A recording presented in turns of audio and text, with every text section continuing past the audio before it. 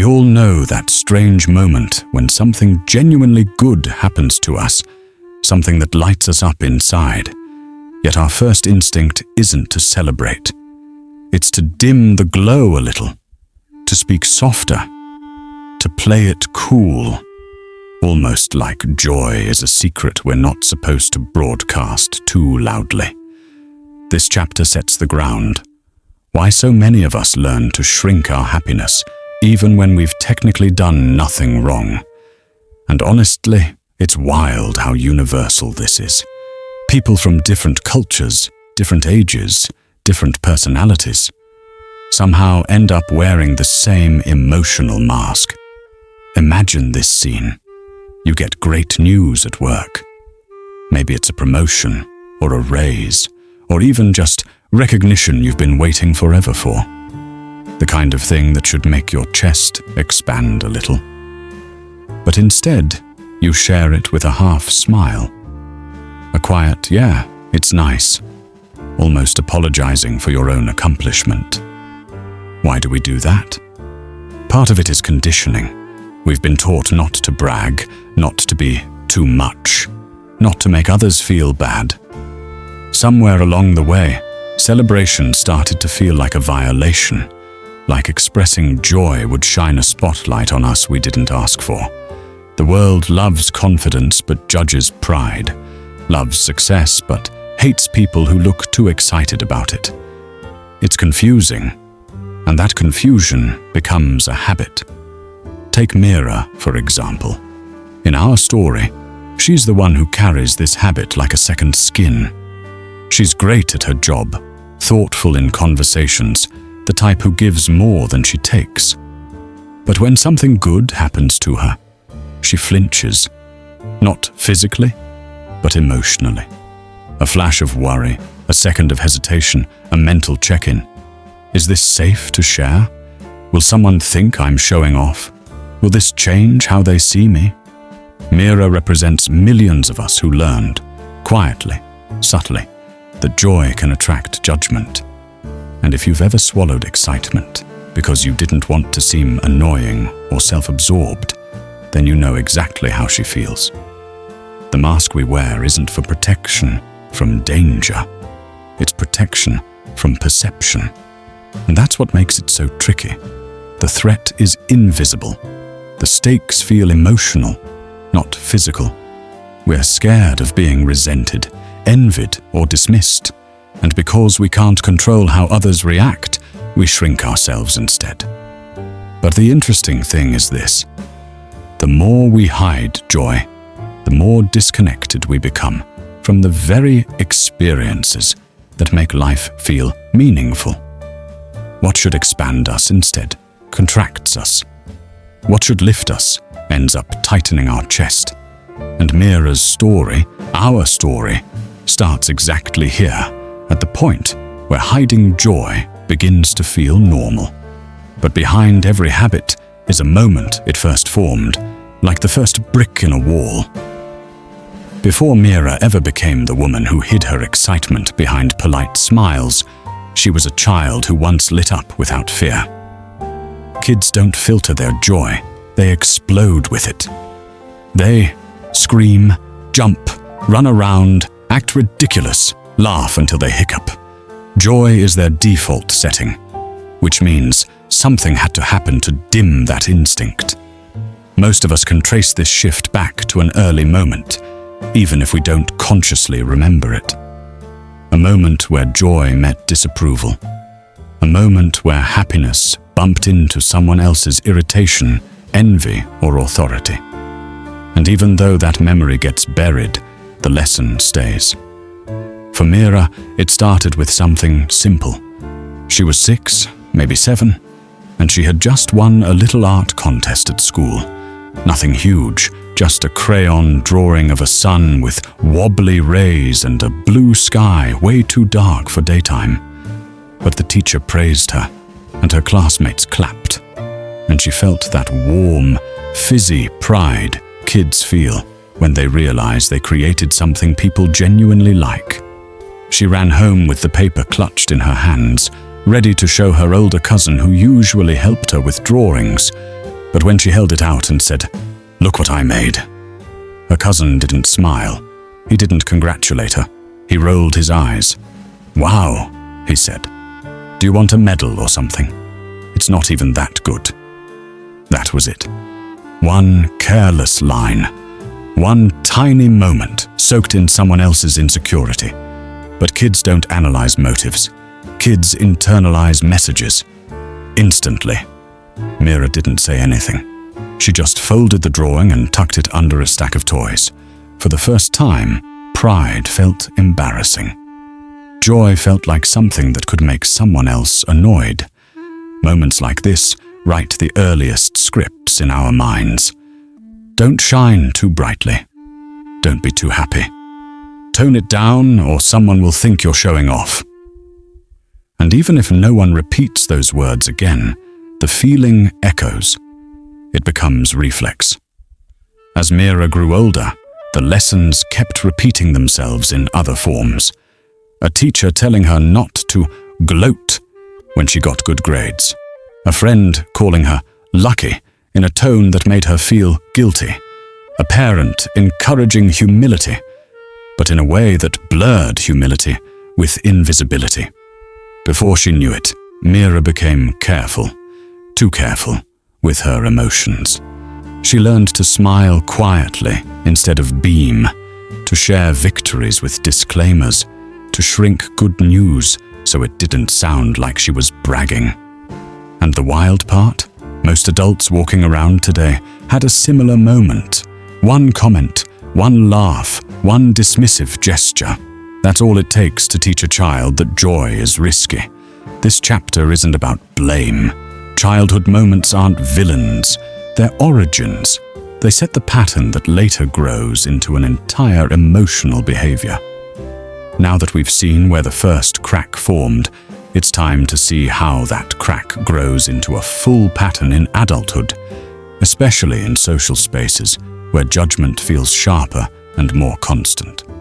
By the time Mira becomes an adult, her habit of shrinking joy doesn't feel like a habit anymore. It feels like personality. And this is where things get tricky, because adults often mistake emotional defense mechanisms for just the way I am. But they're not. They're learned. They're rehearsed. They're responses shaped by moments we barely remember.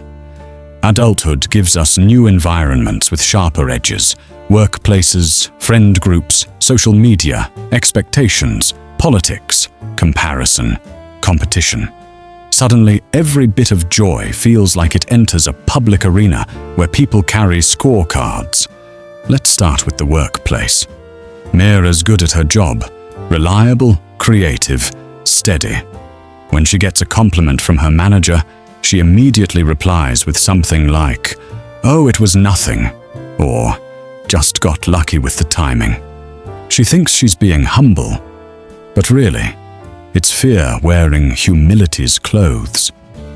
Then comes Daniel, a co-worker whose energy carries the kind of subtle judgment that makes you straighten your posture without meaning to. He's friendly enough, but everything Mira shares seems to bounce back with a micro shift in his expression, just the slightest tightening of his jaw. Most people wouldn't notice. Mira always notices. So when she wins an internal award for one of her project ideas, she doesn't even bring it up during break. She downsizes it, pretends it barely mattered. And when her manager congratulates her publicly in the meeting, she feels heat creep up her neck. Not pride, not excitement, but anxiety, as if she's been exposed. This is what adults who hide their joy experience daily. The moment something good happens, they start scanning the room. Who's listening? Who might misunderstand? Who might think I'm trying to look better than them? And then there's social media, the global stage of selective perception. Mira almost never posts anything joyful, not even small wins. She sees people online sharing their vacations, their promotions, their new relationships. And instead of feeling inspired, she feels this weird tug inside. I don't want people thinking I'm trying to be better than them. So she posts neutral stuff, safe stuff, photos of her coffee, a plant, a blurry sunset, anything but herself at her happiest. It's ironic. We live in a world where people beg for good news, and yet many of us hide our own. In friendships, it gets even more delicate. Mira has friends who vent constantly about their stress, their failures, their disappointments. She's there for them, always. But when she's happy, she hesitates. She doesn't want to bring too much positive energy into a space that feels fragile. So at gatherings, she laughs and listens, but she doesn't glow. Not fully, not openly. Adults who hide joy become experts at softening themselves, at editing their excitement, at making happiness look like a polite whisper instead of a natural emotion. And slowly, quietly, this wears on them. Joy isn't meant to be carried alone. It becomes heavy when trapped inside. But Mira doesn't realize this yet. She still thinks she's being considerate, professional, modest. In reality, she's protecting herself from something that isn't even a physical threat. The real enemy is still hiding in the shadows. If we peel back every layer of Mira's behavior, every soft smile, every downplayed victory, every moment she swallows something worth celebrating, we eventually reach the real root. It isn't modesty. It isn't politeness. It isn't being introverted. It's fear. The fear of judgment is one of the most underestimated emotional forces in adult life. It shapes how we talk, how we dress, how we laugh, how we share, and how we show up. And when it comes to joy, that fear can be suffocating. Let's break down what this fear actually looks like in Mira's world, because it doesn't show up as trembling or panic. It shows up as subtle, everyday calculations.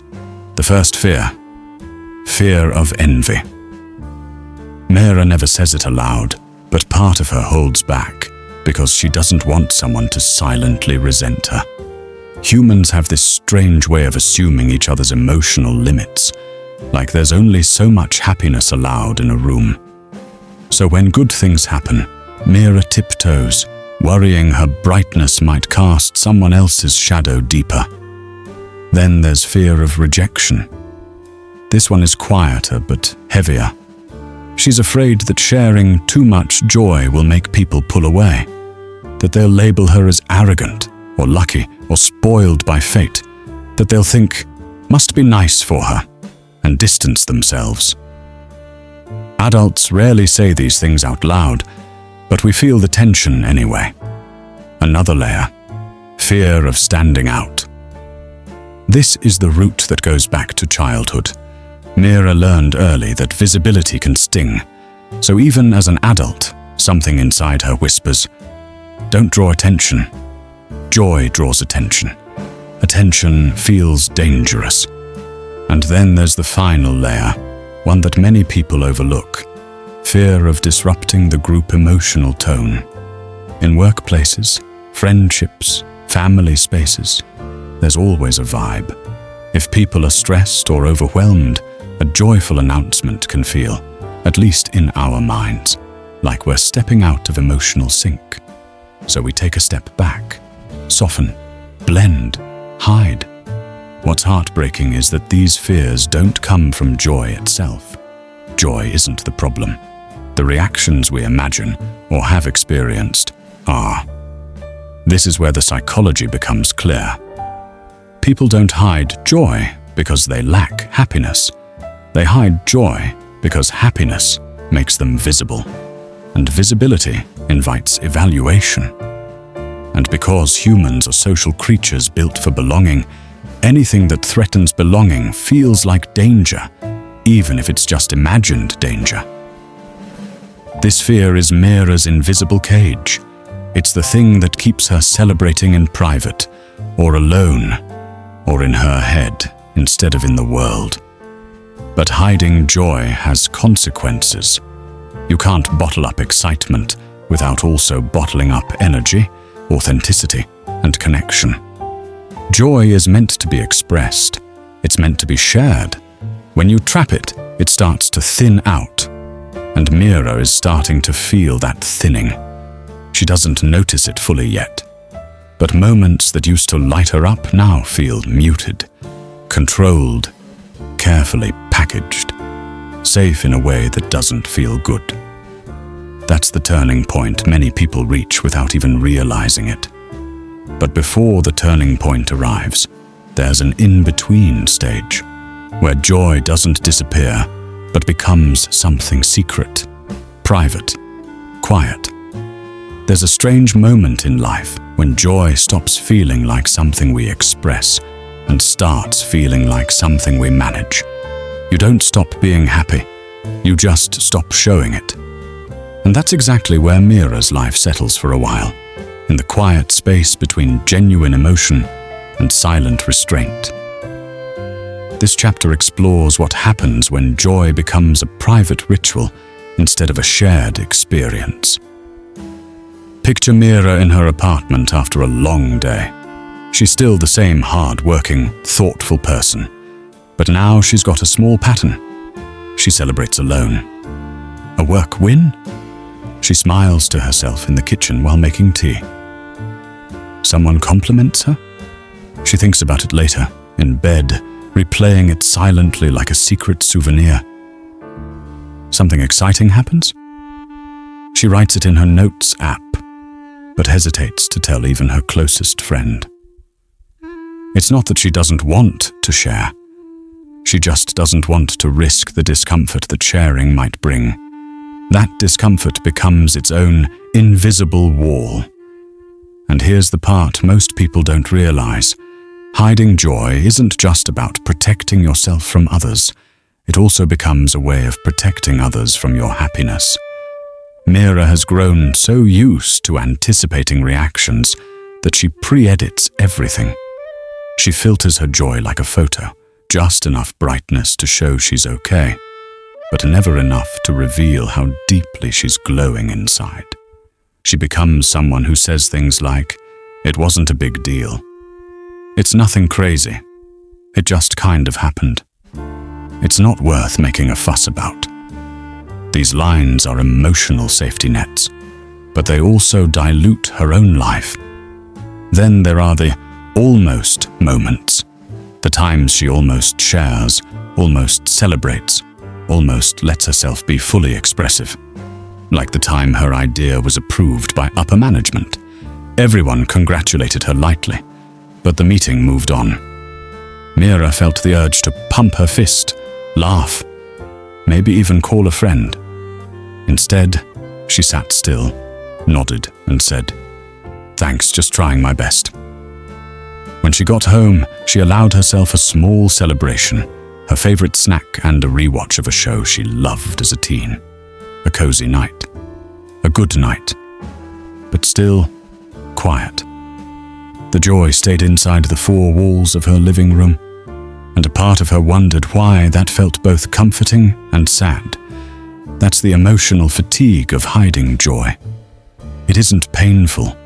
It's draining. It's like placing your happiness in a small wooden box and only opening it when the world isn't looking. You're not losing joy, but you're not living it fully either. The psychology behind this is simple. When joy is expressed, it expands. When joy is hidden, it compresses. Compressed joy doesn't disappear, it just loses oxygen. And Mira, without realizing it, starts to feel the symptoms. She's tired more often, flat sometimes, disconnected in moments when she should feel alive. Joy is still there, but it's muted. All of this builds toward a breaking point. Not dramatic, not explosive, but unmistakable. A moment where the emotional cost of hiding joy becomes too high to ignore.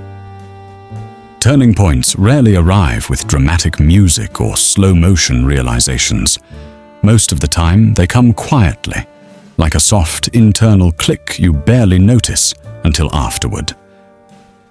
For Mira, The moment doesn't happen during a crisis or heartbreak. It happens on an ordinary day, in a way that almost feels accidental. It starts at work. Her team is wrapping up a tough 3-month project.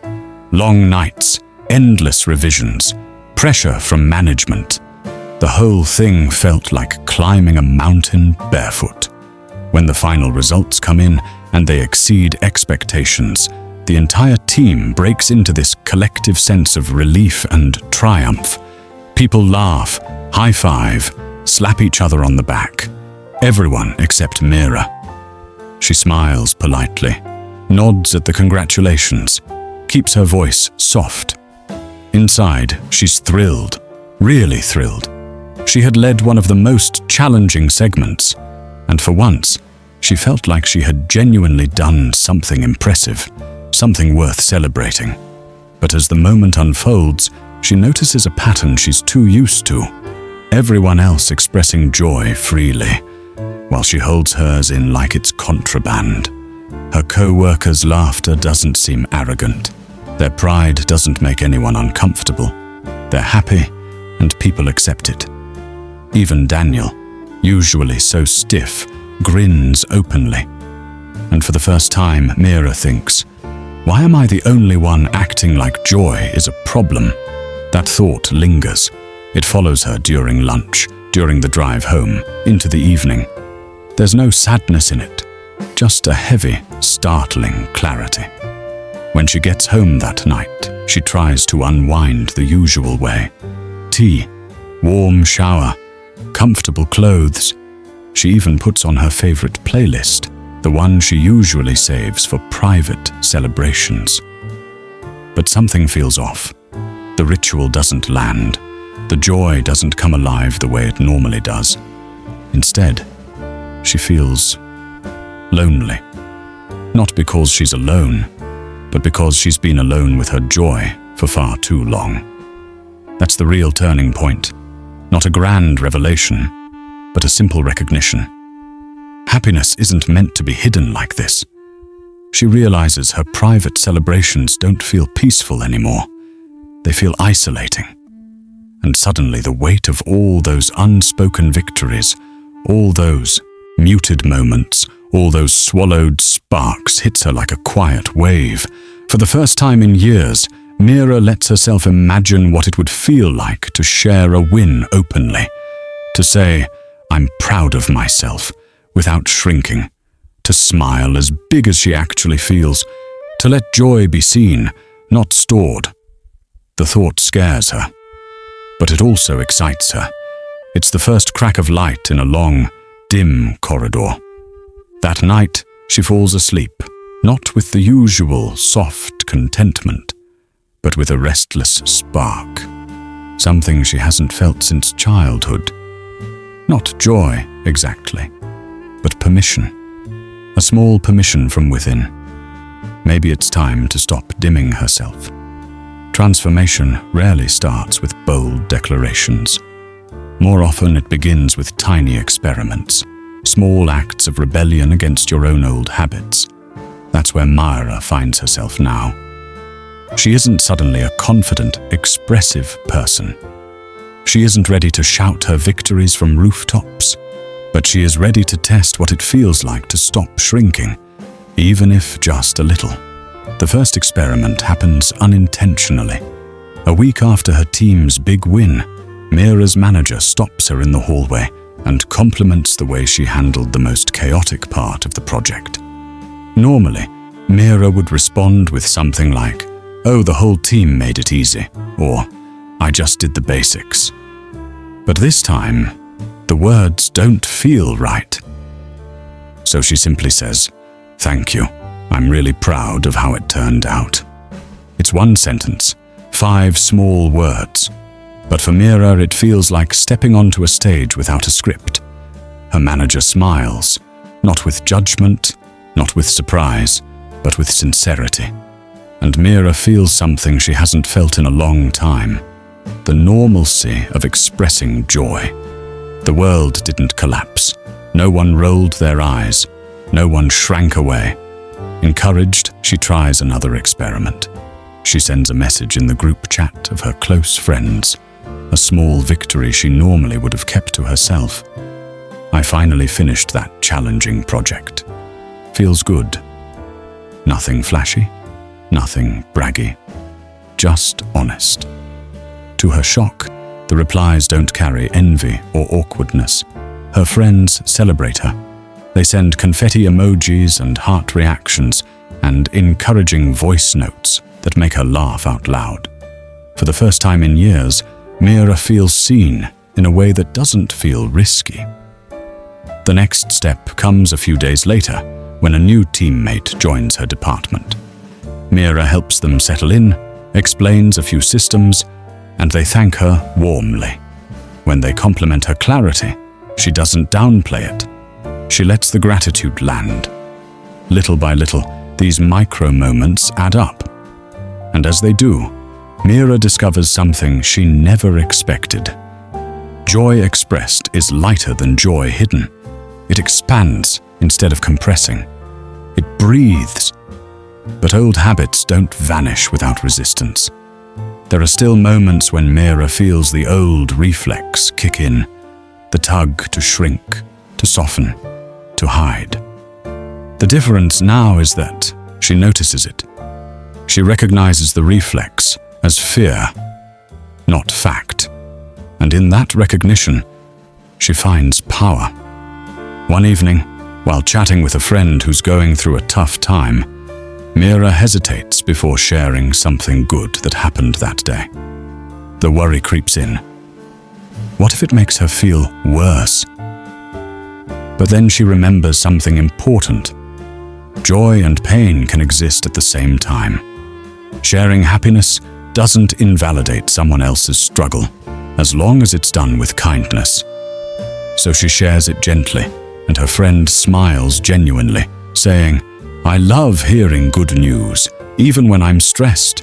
It reminds me that good things still happen." That moment hits Mira harder than she expects. All her life she'd been trying to protect people from her joy, only to realize that joy can actually uplift people.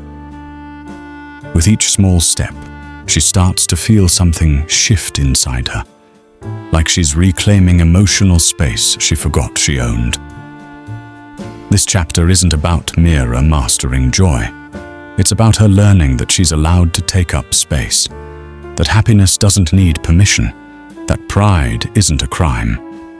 And now that she's taken her first steps, something bigger begins to emerge inside her. Courage.